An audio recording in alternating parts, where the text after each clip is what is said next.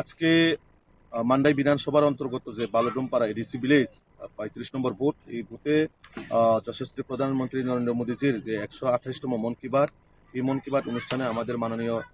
মুখ্যমন্ত্রী professor doctor মানিক সাহাজির উপস্থিতিতে আজকে আমাদের এই মন কি বাত অনুষ্ঠান কার্যক্রম হয়। এখানে কার্যক্রম শেষ হওয়ার পরে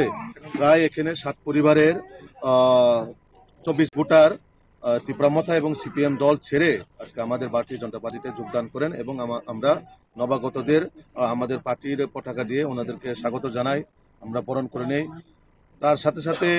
বিশেষ করে আমাদের জনজাতি এলাকাকে কিভাবে ডেভেলপমেন্ট করা যায় এবং মোদী মানিক সাহাজির নেতৃত্বে যে জনকল্যাণমুখী সরকার, এই সরকার আমাদের জনজাতিদের জন্য বিশেষ স্পেশাল ভাবে যেভাবে ডেভেলপমেন্ট করার উদ্যোগ নিয়েছে তার দিকে লক্ষ্য রেখে আজকে বিভিন্ন দল থেকে, বিশেষ করে আমাদের যারা ছোট ছোট আঞ্চলিক পার্টি যারা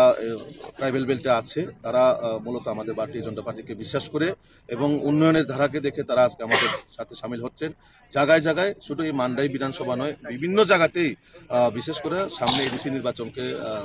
কেন্দ্র করে আমাদের পার্টিতে যোগদান যে পর্ব সেটা কন্টিনিউ চলছে এবং আগামী দিনেও এরকমভাবে আরো ছোট ছোট পরিবার যারা ছোট পরিসরে আমরা জয়েনিং নিচ্ছি, তার সাথে সাথে